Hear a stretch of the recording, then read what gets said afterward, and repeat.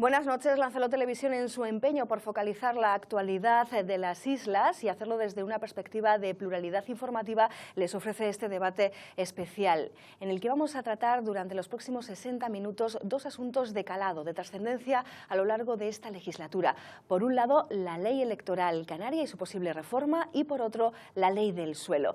Así que las reglas del juego son sencillas. 1 minuto y medio tendrán los intervinientes para argumentar y después 1 minuto para debatir o, en este caso, puntualizar aquello que consideren oportuno.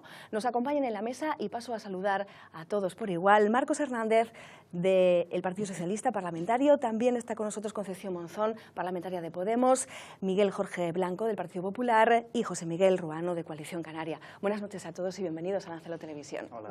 Buenas noches. Vamos a comenzar con la contextualización del primer bloque. Lo vamos a relacionar con la reforma electoral y también la petición que ha hecho Nueva Canarias en sus negociaciones con el Gobierno estatal de que se aproveche esa visualización o revisión del Estatuto de Autonomía para incluir también esa reforma electoral. Nos preguntamos si esto es positivo y qué posicionamiento puede tener cada uno de los partidos políticos representados hoy en esta mesa de debate. Primero el vídeo para contextualizarlo y después entramos de lleno en el análisis.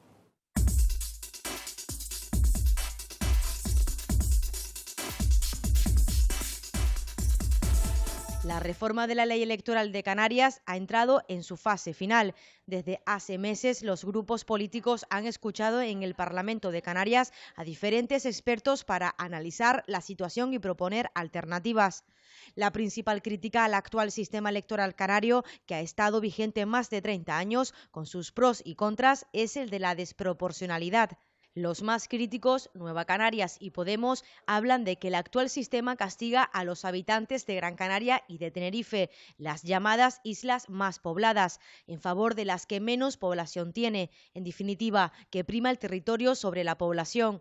Por el contrario, los que defienden el sistema de la triple paridad, Coalición Canaria y los gomeros de Casimiro Curbelo, sobre todo, creen que el sistema de la triple paridad precisamente lo que permite es reducir el desequilibrio social y económico que produce sobre las islas no capitalinas un territorio fragmentado. Desequilibrio que las islas menos pobladas creen que sigue sin corregirse, aunque reconocen que gracias a este sistema de la triple paridad han existido mejoras. Tras esas reuniones de expertos ha llegado la hora de la verdad. Ya empezó la discusión en la ponencia, de donde debe salir una propuesta para ser discutida y aprobada por el Parlamento. Desde aumentar en 5 diputados a Gran Canaria y a Tenerife, a la famosa lista regional de 10 diputados, o la de aumentar 1 diputado a Fuerteventura para equipararla a La Palma, son algunas de las propuestas que se barajan.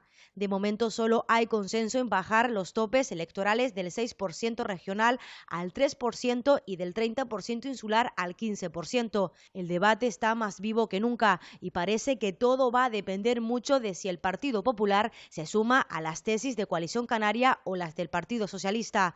El miedo es que la solución al final se convierta en un problema.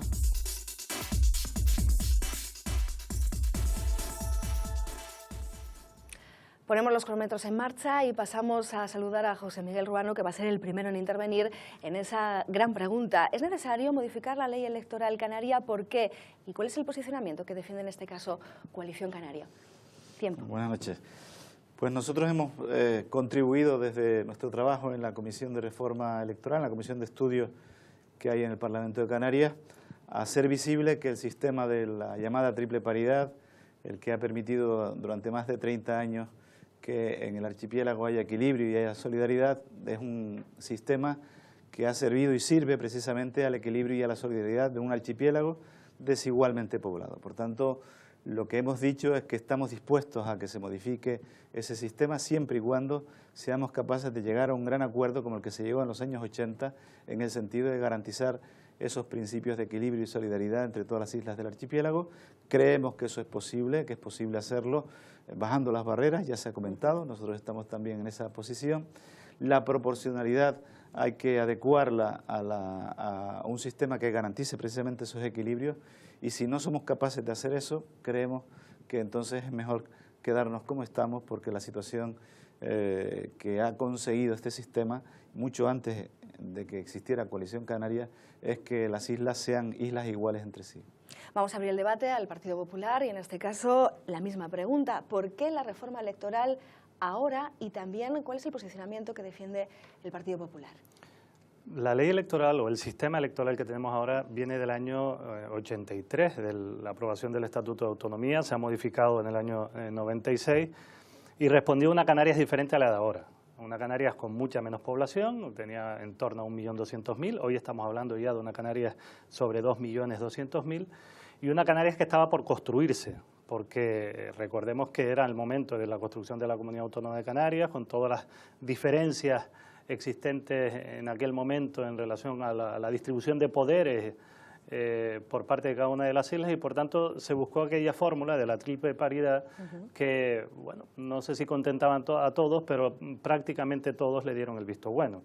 Para el Partido Popular esa situación ha cambiado sustancialmente. Canarias está mucho más cohesionada hoy en día, Canarias tiene mucha más población y por tanto creemos que es necesario reconducir la situación para que la ficha o la fotografía del Parlamento de Canarias responda de manera mucho más certera a la población existente en cada una de las islas del archipiélago.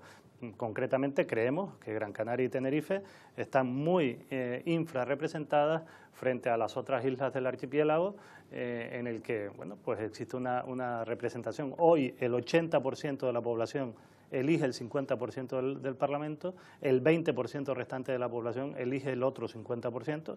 Creemos que eso no es un buen sistema y, por tanto, estamos dispuestos y queremos cambiar. Tiempo para escuchar a Concepción Monzón, representante de la formación morada de Podemos.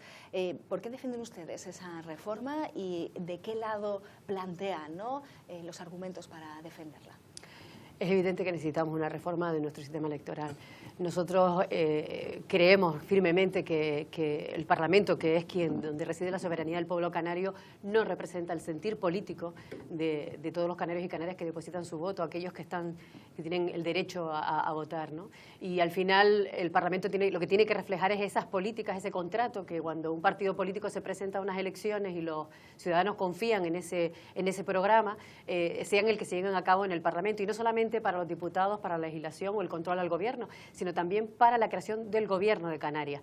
El Parlamento es el que elige al presidente y viste al presidente y por tanto después el presidente es el que hace el gobierno. Por tanto, también la gobernanza de Canarias tiene mucho que ver con la decisión de todos los canarios en ese Parlamento. Y creemos que hay un déficit democrático porque con el actual sistema, con la desproporción actual, con el valor de voto que hay en las diferentes islas, evidentemente las políticas que se realizan en el Parlamento de Canarias, que hay que decir que los grupos se aglutinan como grupos parlamentarios políticos y no por islas, evidentemente no refleja esa política y ese sentir de los canarios y por tanto creemos necesario esa modificación. Hay que adaptarnos a los tiempos. Canarias es un único archipiélago, debemos cohesionarnos como territorio y el sistema electoral juega un papel fundamental en esa cohesión del territorio canario como una única nación donde podamos desarrollar todas las políticas independientemente de donde resida cada uno de los canarios y canarias o residentes que estén en las islas. Vamos a abrir debate ya para finalizar esta primera puesta en conocimiento de cuáles son los argumentos o justificaciones que apuntan a esa oportunidad de reforma de la ley electoral canaria en esta legislatura. Marcos Hernández, ¿cómo se defiende el Partido Socialista? Bueno, una ley electoral que entró en vigor el año 82 y que lógicamente la Canarias de ese año 82 poco tiene que ver, afortunadamente, con la Canarias moderna que hoy conocemos. Por tanto, una Canarias que busca mayor cohesión social, mayor cohesión territorial, y creo que eso se ha ido logrando a través de los años y a través de las acciones de los distintos gobiernos.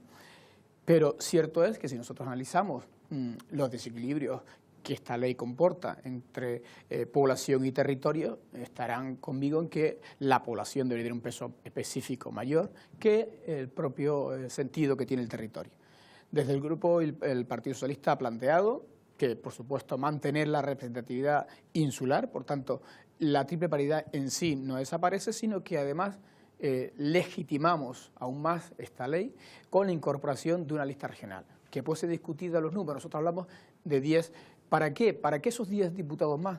Bueno, para que eso que hablamos de un único pueblo, Ahora hablamos de un país, bueno, pues que eso le demos sentido. ¿Cómo le vamos a dar sentido? Vamos a dar sentido votando además a la persona, hombre o mujer, que va a encabezar la lista y que aspira a presidir el gobierno autonómico. De forma que el ciudadano, ciudadana sabe perfectamente a qué dirigir ese voto en esa lista regional, que repito, que busca confluir más territorialmente la comunidad. Y creo que es una fórmula intermedia que también han apuntado algunos expertos, y que no rompe ni creo que vaya a laminar nada de lo que hasta ahora se ha conseguido, sino todo lo contrario, es legitimar más todavía el proceso. Abrimos debate, análisis, tiempo para matizaciones y tomamos en este caso bueno, pues esos pros y contras de la propuesta del Partido Socialista. ¿Cómo lo ve Coalición Canaria? Y también la pregunta que hago a todos los integrantes de esta mesa, si se rompe la triple paridad actual, ¿habrá beneficiados y perjudicados o no tenemos que hacer esta distinción? Bueno, vamos a ver, yo creo que hay que decir para que todos los televidentes lo sepan que esto requiere un amplio acuerdo parlamentario. Tanto hoy con el estatuto vigente requeriría que el 2/3 de la Cámara voten a favor de esa reforma, y esto es muy importante, y si se aprueba el estatuto en Madrid, en lugar de 2/3 serán 3/5, pero también será, por tanto, una mayoría cualificada. Nosotros sí que creemos que en la Cámara Canaria se representa la población y también el territorio. Nosotros creemos que las dos islas centrales, Gran Canaria y Tenerife, son islas superpobladas, 3 islas medianamente pobladas como Lanzarote, Fuerteventura y La Palma, y 2 islas pequeñas como son la del Hierro y La Gomera. En ese contexto tenemos que ser capaces de que el resultado final produzca los efectos que se quisieron establecer en el año 1982. Antes comentaba Miguel Jorge las diferencias poblacionales y la diferencia de aquella Canarias de entonces y la actual moderna, pero hay que decir que ya en el año 82, cuando los estatuyentes entonces, el señor Estinga de senador por Lanzarote, Hacén Galván por La Palma, Federico Padrón, todos ellos concibieron que desde las islas pequeñas el 12% de la población entonces tenía 30 diputados, y el 88% que estaban en Tenerife y Gran Canaria también 30 diputados. Por tanto, el cambio que se vaya a hacer tiene que ser suficientemente generoso como para seguir produciendo solidaridad entre todas las islas del archipiélago. Miguel Jorge, ¿hay perjudicados y beneficiados de una posible ruptura de la triple paridad? Perjudicados y beneficiados lo serán en virtud de que los gobiernos respectivos, o los que estén en cada momento, sean buenos gobiernos o malos gobiernos. Nada tiene que ver la existencia de una triple paridad para considerar a canarios unos de primera división y otros de segunda división, en modo alguno. Eso dependerá de que el Ejecutivo, el que tiene la capacidad para gestionar los intereses de todos los canarios, sean buenos o sean malos gobernantes. Esa es la realidad, ¿no? Efectivamente, una ley electoral son las reglas del juego, y las reglas del juego deben, por lo menos así lo creemos nosotros, pactarse con el mayor número de grupos y de formaciones políticas existentes en la Cámara, y por tanto yo coincido con José Miguel Ruano en la necesidad de buscar un amplio acuerdo entre todos, una búsqueda, digamos, de puntos en común entre las distintas propuestas para intentar lograr un acuerdo en fin, que sea razonable y en el que todos se puedan ver reflejados, ¿no? ¿Y a favor, en el este Partido caso, Popular, de posibles injerencias del Congreso de los Diputados? El Partido Popular lo que quiere es aprobar el sistema electoral de Canarias en Canarias. Yo creo que nosotros somos mayores de edad para saber qué sistema electoral queremos, con independencia de que en el Estatuto de Autonomía aparezca un artículo en el que se marquen, digamos, las características generales de lo que tiene que tener el sistema electoral. Pero en cualquier caso, el Parlamento en el que estamos representados todos, bueno, pues tenemos que ser capaces de ponernos de acuerdo y lograr esa mayoría necesaria para aprobar el sistema. Concepción, ¿qué credibilidad le da en este caso también Podemos a ciertas aseveraciones que además se escuchan partiendo de las islas menos pobladas? Por ejemplo, que el debate de la triple paridad lo crean fuerzas minoritarias o insularistas que están implantadas en las islas más pobladas. Y en este caso podemos referirnos a Podemos.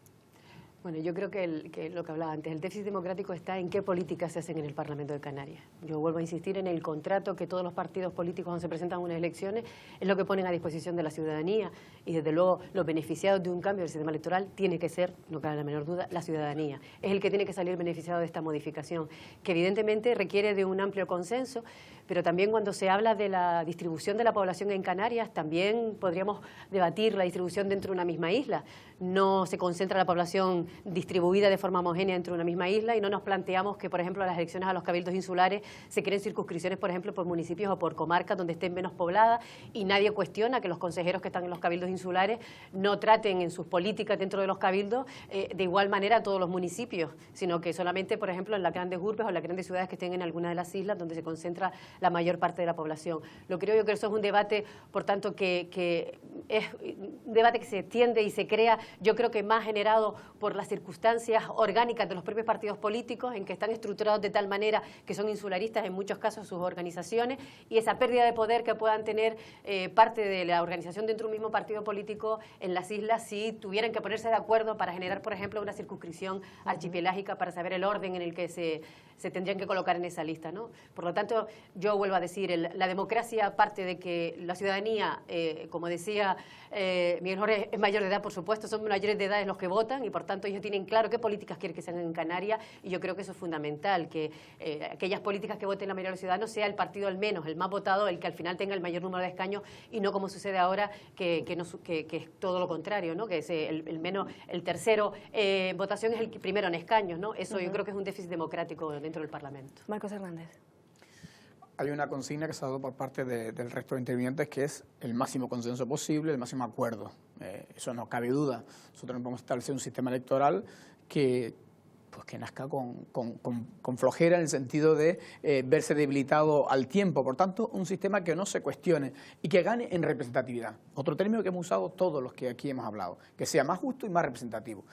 Ningún sistema electoral es neutro, en el sentido de que cuando se hace o se plantea, tiene sus consecuencias.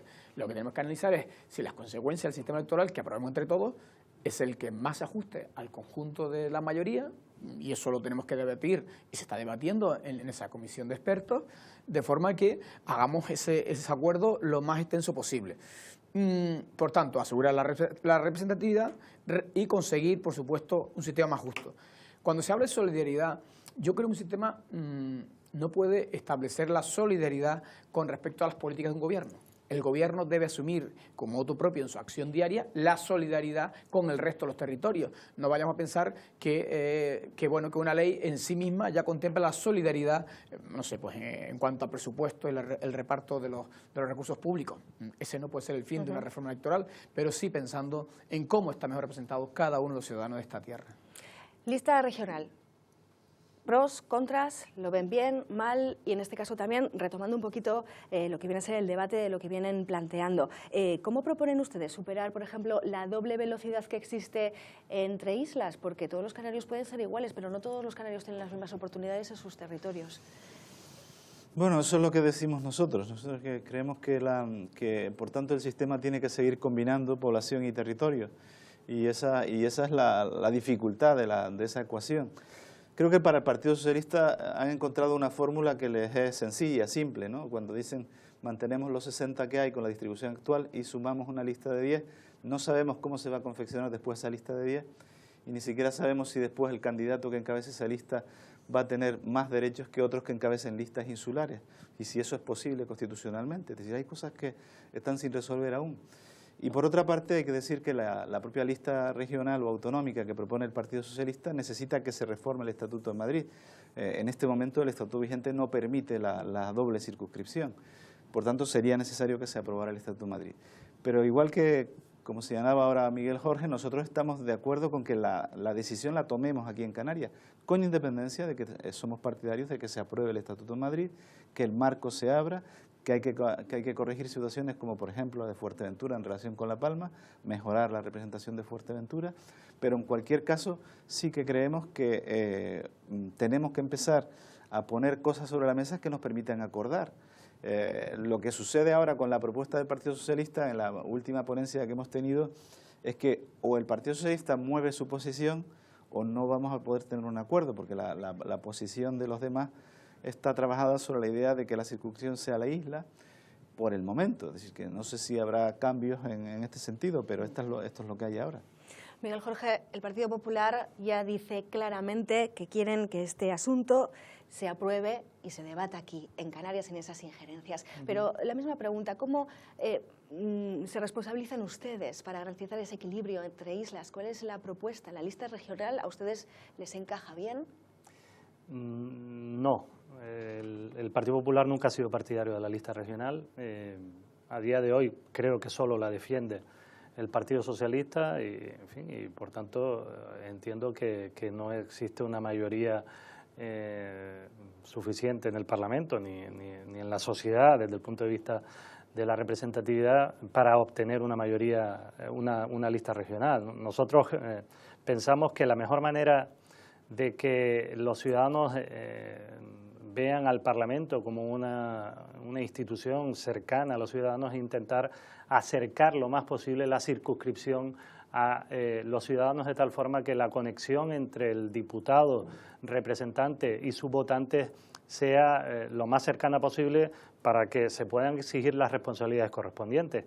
En la medida que alejemos la circunscripción del propio ciudadano, pues peor nos iría desde el punto de vista o desde ese punto de vista, ¿no? Por tanto, nosotros no defendemos la lista regional, creemos que tiene más problemas que soluciones y por tanto defendemos que se mejore la representatividad poblacional a través de las circunscripciones insulares en la que creo que estamos la mayoría de las formaciones políticas, ¿no? Yo creo que la necesidad en fin, la necesidad de llegar a acuerdos va a exigir que formaciones políticas, en este caso como el Partido Socialista, tenga la generosidad, por llamarlo de alguna manera, de moverse en un sentido, en fin, que muevan sus postulados para que podamos llegar a ese acuerdo en el Parlamento de Canarias, ¿no? Concepción, lista regional sí, no, y también cómo ustedes pueden garantizar los equilibrios, ¿no?, entre islas y que hablemos de una reforma electoral más justa, no una reforma electoral que busca la centralización, sobre todo, y el poder poblacional de las islas con más número de personas y residentes. Yo creo que incluso en el lenguaje debemos cambiar esta percepción de las islas, ¿no? Es decir, yo creo que estamos hablando de las personas que residen en cada una de las islas y no de que una isla, de hecho en el Parlamento, cualquier debate que podamos ver en el Parlamento de Canarias, ni se vota por islas, ni se aglutinan los diputados en torno a situaciones concretas de islas. Se debate, como digo, por grupos parlamentarios políticos, los votos se votan como grupos parlamentarios y por tanto con la visión política y no con la visión insular. Yo creo que el problema de la lista autonómica, como yo reitero un poco lo que decía antes, es un problema más de algunos partidos políticos que tienen una estructura insularista, más que de un problema real de la ciudadanía.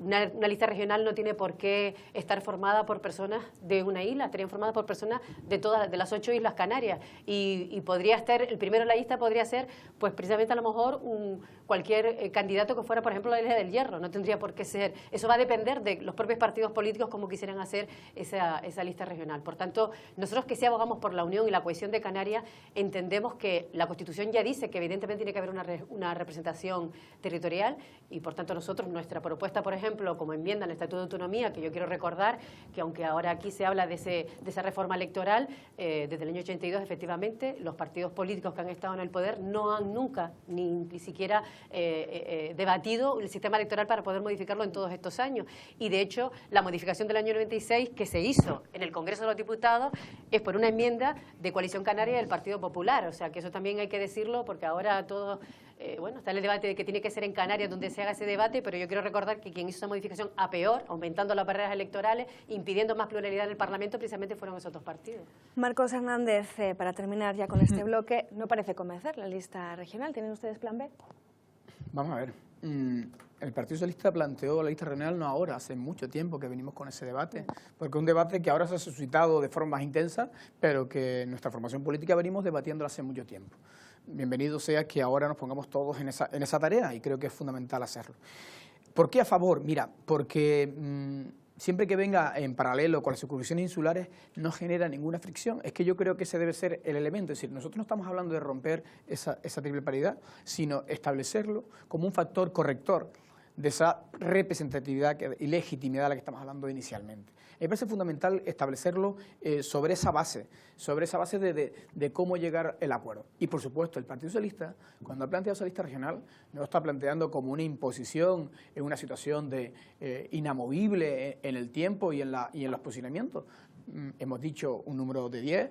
Si alguien establece que puede ser otro número, y ha tenido también a los expertos, puede ser otro número, pero convendrán conmigo en que si el elemento es la no representatividad del conjunto del territorio, una lista regional puede legitimar esa representatividad del conjunto de la comunidad autónoma. Como bien decía el representante de Podemos, cuando votamos efectivamente no votamos por islas, votamos en este caso grupos políticos. Bueno, ¿por qué? Pues porque la dinámica parlamentaria no establece que se vote una cosa u otra en función de la isla, sino el conjunto. Bueno, yo creo que este tipo de cosas no debemos tenerle además ningún tipo de miedo a afrontarlo con valentía, y yo estoy convencido de que el acuerdo puede ser cierto, y las reticencias yo creo que no vienen dadas por el Partido Socialista a cambiar la ley electoral, sino que vienen dadas por otras fuerzas políticas, y yo creo que se ha manifestado aquí claramente. ¿El acuerdo puede ser posible, ya para terminar? Yo creo que el acuerdo puede ser posible siempre que haya renuncias por parte de quienes están instalados en su posición de hace 30 años. Creo que en ese sentido creo que es posible algún acuerdo. Pero sí me gustaría decir, cuando se habla de población, territorio y más votos, menos votos, que nosotros, Coalición Canaria, es la primera fuerza política en 5 islas. Donde no es primera fuerza política es en La Gomera ni en Gran Canaria.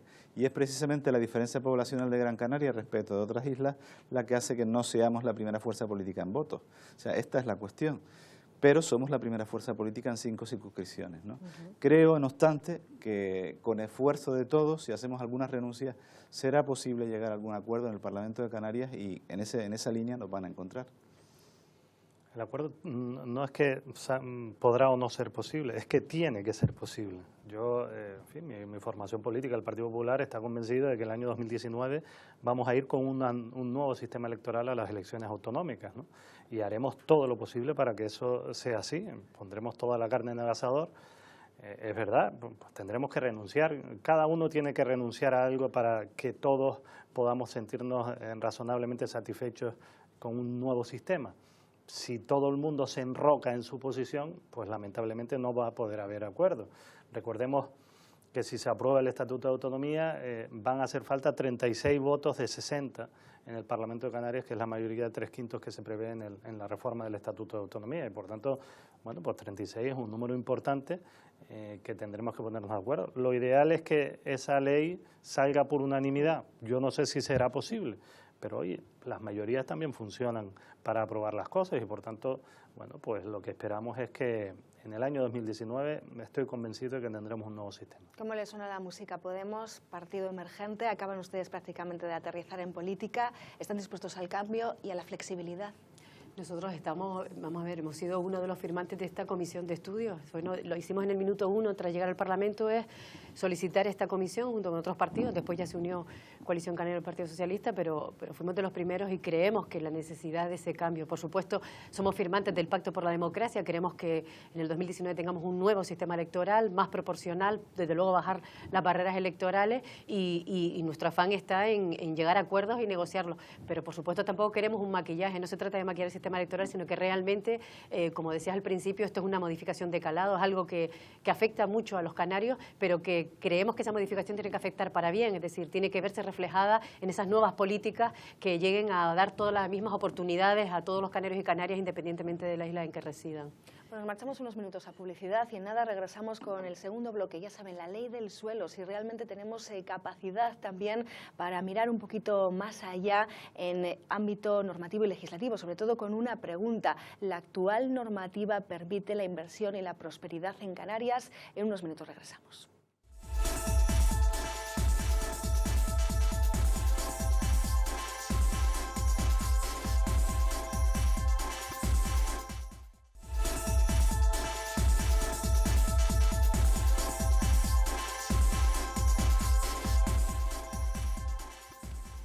Pues pues antes de entrar de lleno en el segundo bloque de debate de la ley del suelo y además contextualizarlo con un vídeo que les va a servir a ustedes para conocer la última hora al respecto, tengo que darle paso y palabra a Marcos Hernández, que tiene en este caso también que puntualizar algo con respecto a lo que estábamos planteando. ¿Habrá posibilidad de acuerdo con respecto a la reforma electoral canaria o no? Yo lo deseo, y cuando Miguel Jorge decía antes que él cree que en el 2019 tenemos nueva ley electoral, yo me congratulo de esa expectativa y ojalá así sea, ¿no?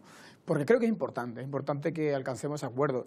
Y repito, el Partido Socialista no está en situación inamovible, si tenemos que ceder, cederemos, pero atendiendo esa legitimidad y esa representatividad, porque no es muy razonable. Aunque el señor Ruano antes hablaba de cómo Coalición ha ganado en muchas islas, bueno, también el PSOE es el partido más votado y somos segundo en escaños. El Partido Popular es la segunda fuerza en número de votos y es la tercera en escaños. Coalición Canaria, siendo la tercera en escaños, en votos, es primera en escaños. Es decir, eso, y el señor Ruano convendrá conmigo, habrá que darle también una vuelta para legitimar un poquito más todo este tipo de cosas. Y yo creo que ese consenso es posible, ese consenso además es deseable.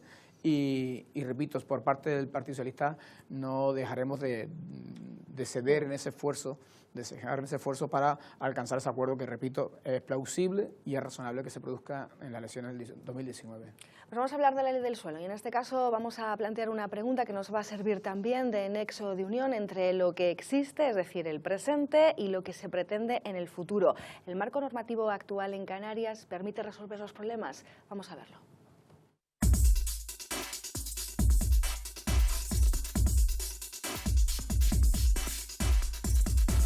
La Ley del Suelo de Canarias, uno de los proyectos estrella del gobierno canario que preside Fernando Clavijo, será aprobada en las próximas semanas en el Parlamento de Canarias. Una iniciativa que nace para eliminar trabas burocráticas, sobre todo en el suelo rústico, al sector primario en general, para facilitar la inversión en Canarias. A pesar de que los redactores de la Ley del Suelo aclaran que esta norma no se mete en el suelo protegido ni en el urbanizado o turístico, los colectivos ecologistas y algunas formaciones políticas, sobre todo Nueva Canarias y Podemos, han mostrado su rechazo a la Ley del Suelo, que creen perniciosa porque va a permitir el desarrollo turístico e industrial en el suelo rústico agrario.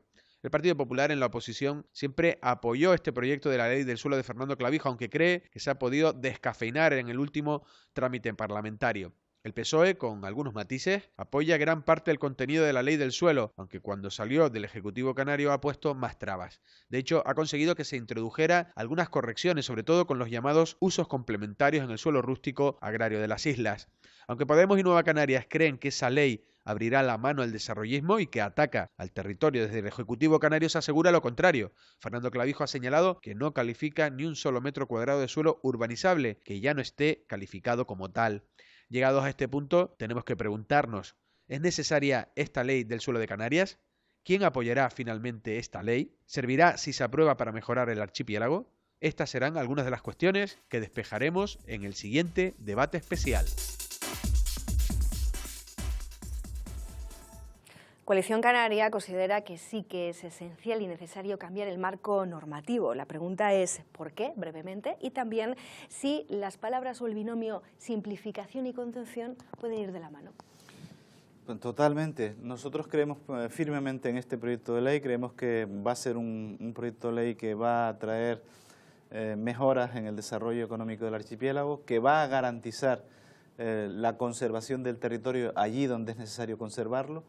Por eso ahora, a partir de ahora, ya hemos pactado una enmienda que la ley se va a llamar Ley del Suelo y de los Espacios Naturales Protegidos de Canarias, porque lo que queremos es dar a entender que se pueden hacer cosas donde se pueden hacer cosas, en el suelo urbano y en el suelo urbanizable, y vamos a poder hacer cosas limitadamente en el suelo rústico solo para los profesionales agrarios, que van a tener muchísimas más facilidades, a los ganaderos, a los agricultores, para hacer sus pequeñas instalaciones, sus invernaderos, para la legalización de las granjas agrícolas, ganaderas. En fin, todo eso contiene hoy el proyecto de ley del suelo y espacios naturales protegidos, y también el principio de la no regresión, es decir, todo lo que son espacios naturales protegidos van a tener una garantía. En la ley se han traspuesto los espacios naturales protegidos tal cual venían desde el año 94, y por tanto nosotros creemos que la ley va a cumplir un objetivo de simplificación y de contención de cada una de las responsabilidades de las administraciones. El gobierno tiene que hacer las directrices, el Cabildo tiene que hacer el plan insular, los ayuntamientos los planes generales, y creemos que esta es la gran filosofía de la ley, que va a ser una ley muy buena para el desarrollo. ¿Qué dice el Partido Popular? ¿Por qué importante o interesante esta ley del suelo? Y también, ¿el actual marco normativo permite a la Administración ser eficiente? Yo creo que es difícil encontrar en Canarias hoy a alguien que defienda el sistema normativo desde el punto de vista del territorio y del medio ambiente en Canarias. Creo que existe un consenso generalizado en que es necesario reformar en profundidad el sistema de gestión del territorio en Canarias, porque no puede ser que haya 18 leyes que afecten al territorio, que se ponen muchas trabas, que los operadores jurídicos no llegan a comprender en su totalidad. Si ellos mismos no lo pueden, imagínense un ciudadano normal y corriente cuando tiene que acudir a la Administración a resolver algún problema desde el punto de vista territorial o urbanístico. Los ayuntamientos han sido incapaces de aprobar sus planes generales, escasísimos planes generales en Canarias. Los que se han aprobado están judicializados, muchos de los que se han judicializado se han anulado por los tribunales de justicia. En fin, esto es un lío tan grande que lo mejor que pudo hacer el Gobierno, y en eso le damos en fin, el visto bueno desde el Partido Popular, es empezar de cero, con una ley en fin, que simplifique, que retire de la ordenación determinadas figuras absolutamente obsoletas ya del sistema y, por tanto, mejore sustancialmente la ordenación urbanística, la ordenación territorial, el otorgamiento de autorizaciones y de licencias, simplifique toda la norma y mejore, en fin, y eso es lo que esperamos nosotros, desde luego el desarrollo y la inversión en nuestro archipiélago. Esos son los objetivos que nosotros marcamos, le dijimos al presidente Clavijo cuando nos reunimos con ellos, y creo, en fin, que razonablemente bien se han cumplido en el desarrollo de la ley. Pros y contras de la ley del suelo que haya detectado Podemos. Bueno, nosotros a esta ley no nos gusta ni el título. O sea, cuando hablamos de ley del suelo, hablamos de un objeto mercantil, no de un territorio, como entendemos que debe ser la ley, el que regule, que sí es necesaria, evidentemente, una ley que aglutine todas las normas, que sea más comprensible para la ciudadanía, técnicamente más sencilla de aplicar, pero evidentemente el territorio en esta norma tienen que estar muy claros cuáles son los deberes y obligaciones de los propietarios del territorio para que haya un desarrollo sostenible dentro de Canarias. Hay que destacar que el territorio de Canarias es uno de los territorios más ricos en biodiversidad ambiental, en geología, y es nuestro compromiso, y tenemos que ser así los responsables políticos, de salvaguardar todo el patrimonio geológico que tenemos en Canarias y la biodiversidad también que tenemos en Canarias. Y esta ley del suelo al final lo que hace es que hace un modelo de cambio totalmente, de lo que es la planificación garantista con una serie de procedimientos de información pública, de impacto ambiental sobre todos los proyectos o planes que se quieran desarrollar en el territorio, a una ley que se basa en los proyectos, con un montón de puertas y ventanas traseras, como son desde los convenios hasta las ordenanzas municipales e insulares, hasta lo que se supone que son interés insular, interés autonómico, interés social, en fin, un montón de mecanismos que saltan, digamos, esa planificación y se saltan todos los procedimientos que son más garantistas, sin decir que, bueno, la desaparición de la CONMAT como tal, como un órgano que garantice la evaluación de lo que son los impactos de los proyectos que se puedan hacer en Canarias, que creemos que es malo. Y a colación de lo que decía Miguel, cuando habla de que los planeamientos no se han podido hacer, los planes generales en los ayuntamientos, sin embargo, esta ley le otorga muchas más competencias a los ayuntamientos, luego hay una contradicción con lo que no han sido capaces de hacer hasta ahora y que de repente ahora se le da más competencias a los ayuntamientos, ¿no? Yo creo que todo esto parte, y después desarrollaremos más el tema de la ley, porque esto es muy extenso, una ley técnica muy compleja, pero evidentemente creemos que no es la panacea, y lo que se vende como que esto va a ser y va a solucionar todos los problemas económicos en Canarias y diversidad, no es así, y creemos que esto al final, a la larga, va a traer complicaciones dentro del desarrollo económico en Canarias. Marcos. Bueno, efectivamente, yo creo que la ley en sí no va a solucionar los problemas de Canarias. Ninguna ley lo hace por sí sola. Hay que generar otro tipo de sinergias que no exclusivamente pasa por ley del suelo. Que, dicho sea de paso, a mí el título tampoco me parece el más adecuado, aunque ahora se le ha incorporado algo más a ese título original. Yo creo que sí que es necesaria la simplificación. En eso yo creo que estamos de acuerdo, en que lo hemos venido debatiendo durante mucho tiempo, en que esa simplificación ha generado más inconvenientes que certezas, ¿no? De hecho, Yo creo que el claro ejemplo, manifiesto ejemplo, es que solo 19 de los 88 municipios de Canarias han podido aprobar sus planes generales, con lo que ello implica, el resto judicializado, como bien decía antes Miguel Jorge. Es verdad que sin ese planeamiento, ese planeamiento puede ser eje vertebrador de la economía del municipio, por tanto no han podido desarrollarse. Otra cosa bien diferente es que, atendiendo a esa simplificación, incorporemos otros elementos, otra arista en un proyecto de ley bastante complejo, como bien decía la señora Monzón, pero que deja muchas incógnitas. Yo creo que un eje fundamental, vertebrador, y que yo creo que no podemos dejar o no debemos renunciar, es a la plena ordenación integrada del archipiélago, y eso lo hace un órgano sustantivo como era la CONMAC, como queramos llamarlo y como queramos definirlo a partir de ahora, con una mayor agilidad, mayor efectividad y eficacia a la hora de la gestión, pero el archipiélago debe mirarse territorialmente como un conjunto. Y yo creo que eso en sí mismo no está en contradicción con la propia simplificación, simplemente que hay que dar una vuelta de tuerca para que todos esos ordenamientos, todos esos planes, pues tengan cabida y que todo no se defina a partir de ahora en base a proyectos. José Miguel Ruano, estamos viendo cómo la Administración tiene y asume que tiene muchas veces que tomar atajos para resolver ciertas circunstancias que ocurren en el marco normativo. Por lo tanto, ese marco normativo no parece el más adecuado y en esto están todos de acuerdo. Pero también dice en este caso Podemos, e insiste el Partido Socialista, que esta ley pretende un cambio de modelo. Vamos a ver, los atajos era lo que se ha venido haciendo hasta ahora. Es decir, como había un colapso absoluto de todo el planeamiento, acaba de decir Marcos Hernández, lo que ha pasado con el planeamiento municipal, por ejemplo, lo que se ha tenido que hacer es aplicar un artículo del texto refundido vigente, el 47, que suspende el planeamiento para encontrar un atajo para poder hacer las cosas.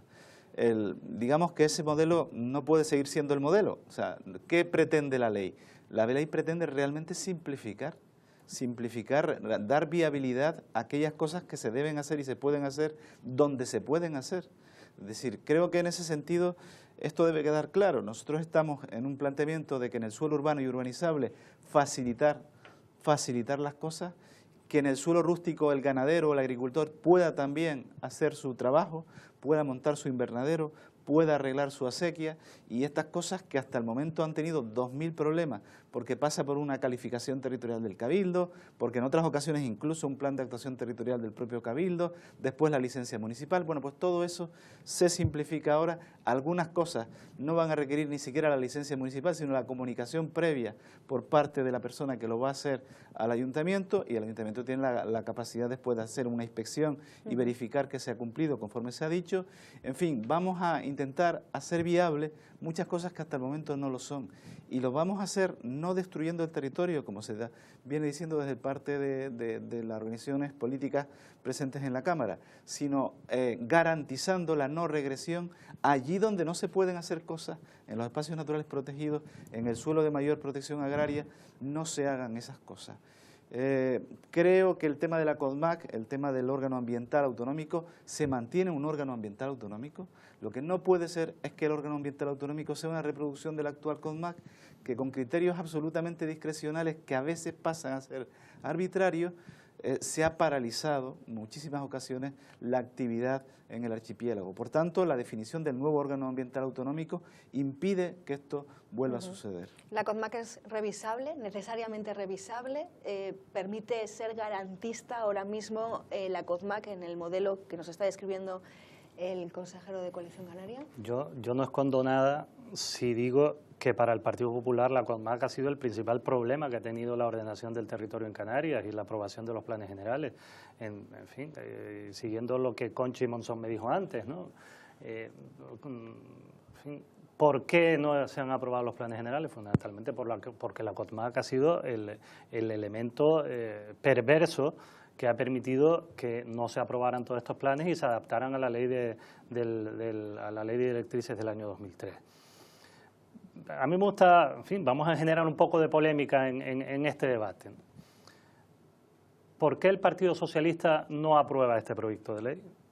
¿Por qué, siendo el resultado final de la ponencia un proyecto de ley más cercano a las tesis del Partido Socialista frente al que se aprobó por el Partido Socialista en el Consejo de Gobierno inicialmente, ahora antes lo aprobaron cuando según ellos era más liberalizador y ahora que es menos liberalizador no lo apoyan y lo votan en contra? encontremos respuestas no tanto en el texto propio del articulado de la ley, sino en otro tipo de consideraciones de carácter más político, en fin, por otras circunstancias de carácter político que seguro que Marcos las conoce perfectamente. En segundo lugar, esto de los clichés, en fin, la izquierda utiliza muchos clichés en relación con el territorio en Canarias y no se salen de esos clichés. Para ellos, el que el Partido Popular, o Coalición Canaria en este caso, o el Gobierno de Canarias, dirigido en este caso por una consejera de Coalición Canaria, con el apoyo del Partido Popular, vayamos a aprobar una ley, bueno, es el fin del mundo, y esto no es. Existe otro modelo de gestión del territorio. Nadie puede tener aquí la autoridad moral para decir, este es mi modelo y todo lo demás es, en fin, es un desastre, ¿no? Lo que pretendemos aquí es, con este proyecto de ley, en fin, urbanizar hasta el último rincón de Canarias. Eso es mentira, literalmente mentira. Y por tanto, en fin, déjame, con esto termino, ¿no? Yo creo que la izquierda en general tiene que salirse de esos corsés que de antemano tienen respecto de la actitud de este proyecto de ley o del desarrollo de este proyecto de ley y aceptar que hay muchos dirigentes de la izquierda, que dirigen ayuntamientos, que están permanentemente llamando al Parlamento para ver cuándo se aprueba el proyecto de ley para sacar sus cosas adelante. Abrimos debate, en este caso, casi recogiendo parte de las observaciones. Le pregunto, ¿cree que este debate forma parte del prejuicio político más que de la amenaza real? ¿Y qué hay de malo, por ejemplo, tomando un ejemplo práctico que planteaba el propio portavoz de Coalición Canaria en el Parlamento, en legalizar las explotaciones ganaderas? Vamos a ver, yo me gustaría indicar, cuando aquí se habla de simplificación administrativa, evidentemente, los procedimientos administrativos se pueden simplificar, pero sobre todo cuando se simplifican los procedimientos lo que hay que tener es medios materiales también y medios humanos para que poder ejercer esos procedimientos. Yo quiero recordar que en la Consejería de Política Territorial del 2014 al 2017 hemos perdido 108 puestos de trabajo. Es decir, de los 260 y pico puestos que hay, solo hay vacantes 138 puestos de trabajo. Así es muy difícil poder gestionar las competencias que tiene en este caso la Consejería de Política Territorial, ¿no? También tiene transporte y tiene otras competencias y obras públicas. Pero evidentemente si no se dan los medios necesarios para que se pueda realizar ese trabajo, difícilmente la CONMAT puede realizar su trabajo y demonizar un órgano colegiado que lo que hace es aplicar una ley, porque parece que las leyes del territorio hasta ahora han venido han surgido espontáneamente, y no, esas leyes las han hecho el mismo Parlamento, las han hecho los mismos partidos que ahora mismo están diciendo que hay que modificar esta ley porque esa maraña, esa burocracia, esas modificaciones puntuales que se han ido haciendo desde el año 2000 hasta ahora han sido precisamente modificaciones para salvaguardar algún proyecto o alguna actuación que se quería realizar y que la ley no permitía. Y por tanto, lo que hemos ido es parcheando. Y efectivamente ahora lo que hay que construir una ley, pero una ley que sea garantista con el territorio. Y cuando hablamos de legalizar, tenemos que legalizar, pero legalizar dentro de un orden. Lo que no se puede hacer es legalizar todo lo ilegal, entre otras cosas porque creamos un agravio con aquellos que lo hacen bien y por otro lado porque tenemos que salvaguardar el territorio. Lo que son aquellas cuestiones que se quedan fuera de ordenación porque no cumplían la ley o porque una vez que se modifica cualquier planeamiento quedan fuera del nuevo marco regulador que existe, hay que buscar soluciones si son compatibles o no en el uso con el resto del territorio, el resto de la población y el resto de usos que están alrededor de esas explotaciones. Y se podrá legalizar aquellas que se puedan legalizar y aquellas que no se puedan legalizar, evidentemente, porque son incompatibles. Si no hay medidas correctoras que lo puedan hacer, pues evidentemente no se podrán legalizar. Y yo lo que comentamos con estas vías es que al final lo que no se puede es no ser garantista con los procedimientos de planificación, y el planeamiento si no se ha hecho bien, si no somos capaces de planificar para ordenar el territorio, sino que todo es a base de un proyecto y a base del que venga con una cantidad de dinero para hacer un proyecto y entendiendo que esa es la panacea de todas las soluciones económicas de Canarias, yo creo que en eso se están equivocando. Marcos, tiempo para escuchar en este caso la argumentación del Partido Socialista, pero incorpora algunos matices. ¿Por qué la CONMAT, que es un organismo más garantista que lo que puede ser un ayuntamiento o un cabildo insular? Nosotros no vamos a poner en duda la mayoría de edad de los ayuntamientos. Yo sí que he sido alcalde, no voy a cuestionar la autonomía local, pero yo creo que la autonomía local se siente incluso más reforzada con un órgano superior que le garantice, evitando efectivamente toda esa maraña que se ha convertido en la CONMAT y que no ha sido lo eficiente que debería ser, Pero yo creo que eso es un elemento vertebrador. ¿Por qué la Comat? Porque, bueno, porque esto no puede ser, esto no son 4 ayuntamientos y 7 cabildos actuando de forma aislada, sino que el territorio, en una comunidad como la nuestra, más fragmentada, frágil, yo creo que un órgano de la comunidad autónoma, yo creo que un órgano también garantista con respecto a ese territorio. Pero quería comentarle al señor Miguel Jorge, yo no parto de prejuicios, ni creo que el Consejo Consultivo de Canarias haya partido de prejuicios cuando adelanta en su informe pues aquellas matizaciones que creen pertinentes exponer públicamente en este caso al Gobierno para su modificación y mejora en el trámite parlamentario de este proyecto de ley, de forma que nosotros no partimos de prejuicios. Tanto es así que yo creo que, y yo no soy miembro, no he estado en esa comisión, pero lo han estado otros compañeros o compañeras, y que sí que ha hecho un trabajo importante de aportación de ideas, de apuestas por mejorar, por acotar algunas cosas como el suelo rústico, por ejemplo, para que el uso turístico solo esté relacionado con aquellas edificaciones ya persistentes y que tengan algún valor cultural, etnográfico, en fin, yo creo que hemos hecho aportaciones, por tanto nosotros no partimos de prejuicios, pero cierto es que en el contexto general este proyecto de ley necesitaría desde luego implementar otro tipo de medidas que no dé tanto margen a la discrecionalidad como ocurre en este momento. Yo creo que, si me permite, vamos a ver, el Partido Socialista tiene un problema de ubicación en relación con el proyecto de ley, porque es verdad que hemos trabajado en la ponencia, hemos trabajado bien en la ponencia y se ha sumado a muchos acuerdos en la ponencia que sin duda mejoran el texto en relación con su redacción inicial. Y lo más difícil que tiene es que en el acuerdo en el cual intentábamos reconducir el pacto de gobierno en noviembre del año pasado, llegamos a un acuerdo sobre cuál iba a ser el órgano ambiental, que ese órgano ambiental autonómico tenía que evaluar la parte estructural del planeamiento general de los municipios y que además eso lo tenía que hacer conforme a procedimientos reglados, es decir, a cosas que todo el mundo conozca, es decir, que al final el procedimiento sea este y todo el mundo sepa que va a ser este, haya transparencia respecto al procedimiento. Lo hemos hecho, ha sido muy importante también el concurso del Partido Popular. El Partido Popular no se ha opuesto a que intentáramos llegar a un acuerdo con el Partido Socialista en esto y sin embargo el Partido Socialista todavía sigue hablando de la vieja CODMAC como si en el proyecto de ley que estamos debatiendo no tuviéramos un nuevo órgano ambiental autonómico cumpliendo lo que habíamos pactado.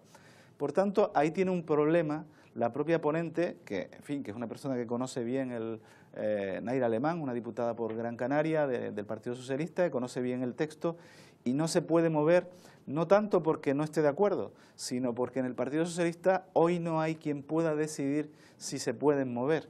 Creo que eso, en fin, lastra de alguna manera que este sea un gran acuerdo por el suelo y los espacios naturales protegidos. Creo que deberíamos llegar a que este acuerdo esté en torno a los 48 apoyos garantizados.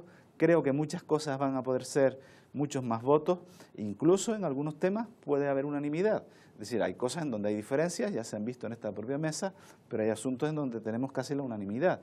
Creo que se ha hecho un buen trabajo en la ponencia, ha sido serio el trabajo y creo que el texto que se apruebe el día 22 de junio será un texto que va a mejorar las expectativas en la gestión del suelo del archipiélago. Marcos, por alusiones, en este caso está diciendo el señor Ruano y también ha planteado el portavoz del Partido Popular porque el Partido Socialista no quiere aprobar esta ley del suelo. ¿Es por falta de liderazgo político?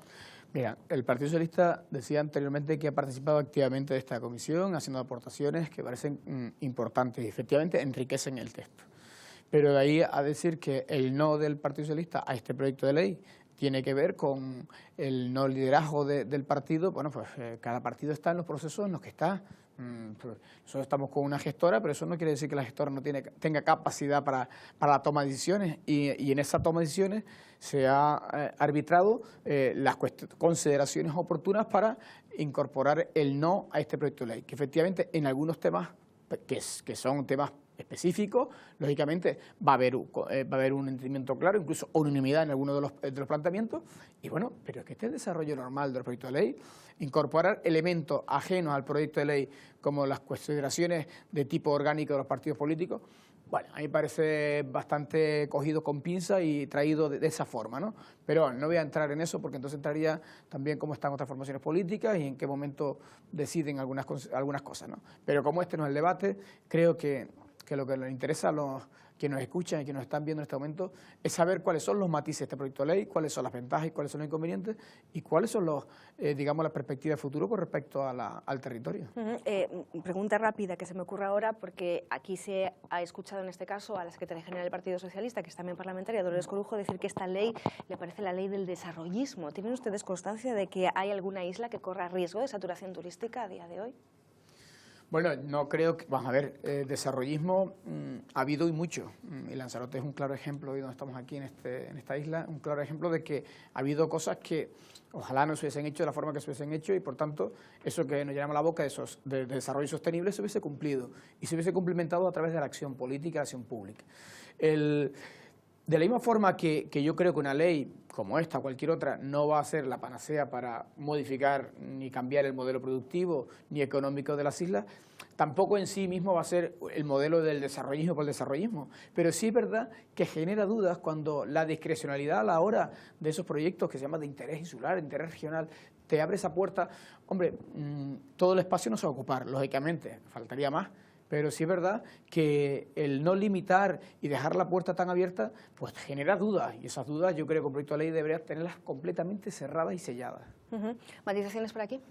Sí. Vamos a ver, esto todo depende del carácter peyorativo que se le pueda dar a la palabra desarrollismo. No sé si desarrollismo es lo mismo que desarrollo, pero me extraña mucho que el Partido Socialista pueda estar en contra del desarrollo de Canarias. Es verdad que la ley no es un fin en sí mismo. La ley es un instrumento, como todas las leyes son instrumentos, y es verdad que, que solo por el hecho de aprobar una ley del suelo, Canarias va a evolucionar desde el punto de vista de su desarrollo, de la generación de empleo y de riqueza. Pues tiene que haber otros elementos, evidentemente, mucha más apertura al mundo exterior, por decirlo de alguna manera, por simplificar. Pero yo creo que este proyecto de ley va a permitir que se remuevan todos los obstáculos que ha habido, que siguen existiendo en Canarias, para que grandes proyectos y pequeños proyectos, porque esta ley, yo me quiero detener no tanto en los grandes proyectos desde el punto de vista turístico que puedan hacerse y que me parecen estupendos, sino también me detengo en que esta ley va a beneficiar mucho al pequeño agricultor, al que menos tiene.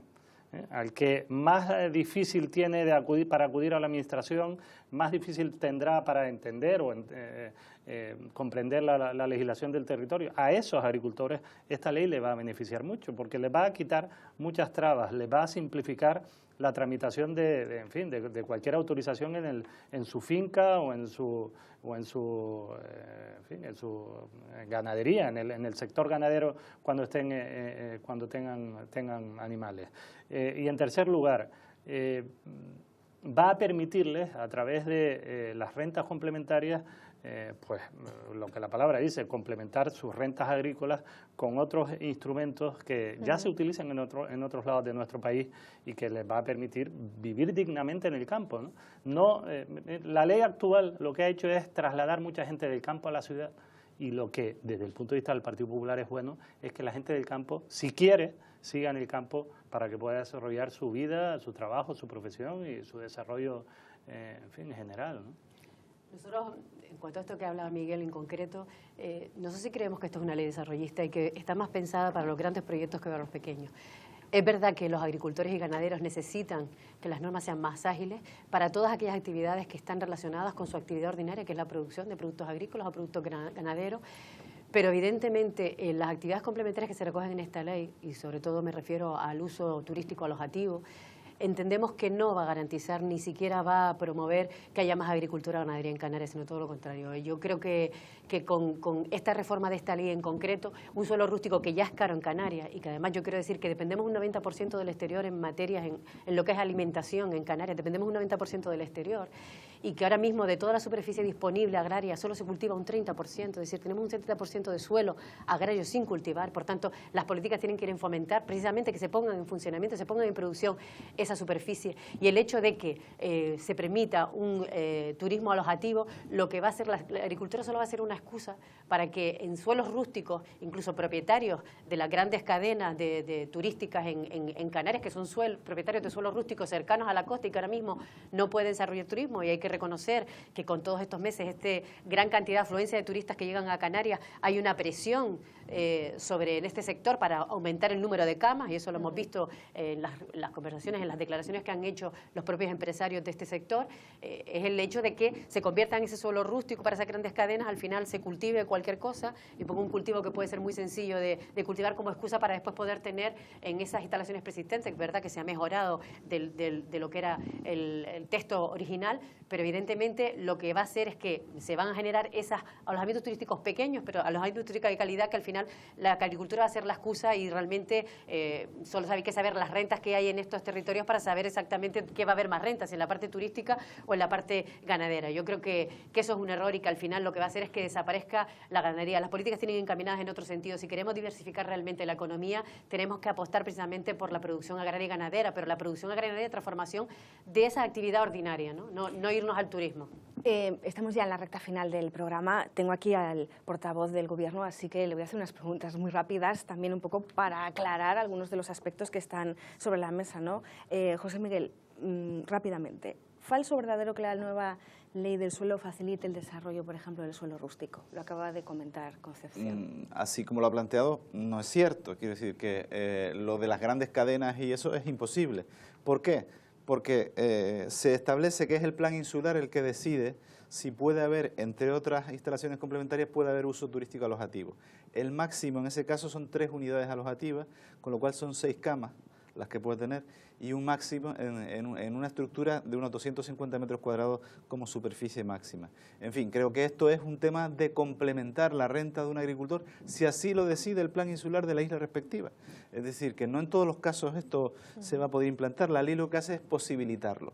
Será después la decisión del plan insular la que lo habilite o no lo habilite, y con esas limitaciones. Por tanto, es impensable que una gran cadena se interese por explotaciones de este nivel en caso de que finalmente exista, ¿no? No quedan desnaturalizados, por lo tanto, en absoluto, porque la actividad, al contrario, en este caso se le da al plan insular la capacidad de poder decidir.